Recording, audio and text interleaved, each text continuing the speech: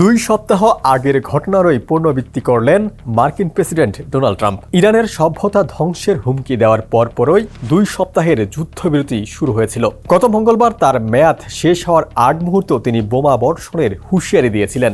এর কয়েক ঘণ্টা পর অনির্দিষ্টকালের জন্য যুদ্ধবিরতির মেয়াদ বাড়ালেন। যুদ্ধবিরতির মেয়াদ বাড়লেও হরমুজ প্রণালীসহ অমীমাংসিত বিষয়গুলো নিয়ে অনিশ্চয়তা থেকেই গেছে।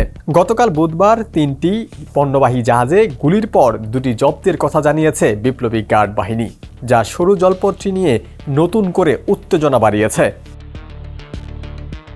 জাতিসংঘে নিযুক্ত ইরানের রাষ্ট্রদূত আমির সাইদ ইরাবানি জানিয়েছেন, যুক্তরাষ্ট্র নৌ অবরোধ তুলে নিলে তেহরান পুনরায় আলোচনায় বসবে।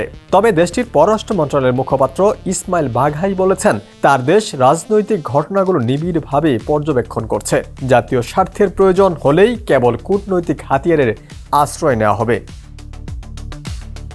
এর আগে পাকিস্তানের ইসলামাবাদে সংলাপ আয়োজনের সব ধরনের প্রস্তুতি নেওয়া হলেও 2 দেশের কেউই গতকাল সেখানে যাননি। মার্কিন প্রতিনিধি দল শেষ মুহূর্ত পর্যন্ত অপেক্ষা করলেও তেহরানের পক্ষ থেকে অংশ নেওয়ার নিশ্চয়তা না পাওয়ায় যাত্রা বাতিল করে।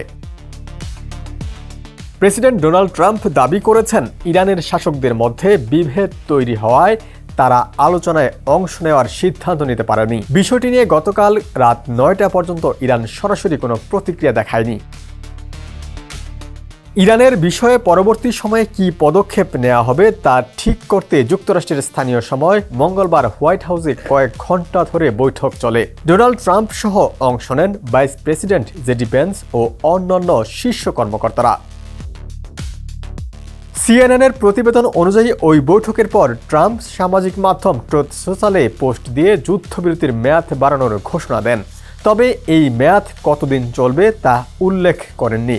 শুধু লেখেন, আলোচনার বিষয়ে কোনো সিদ্ধান্ত না পৌঁছানো পর্যন্ত যুদ্ধবিরতির মেয়াদ বাড়ানো হলো।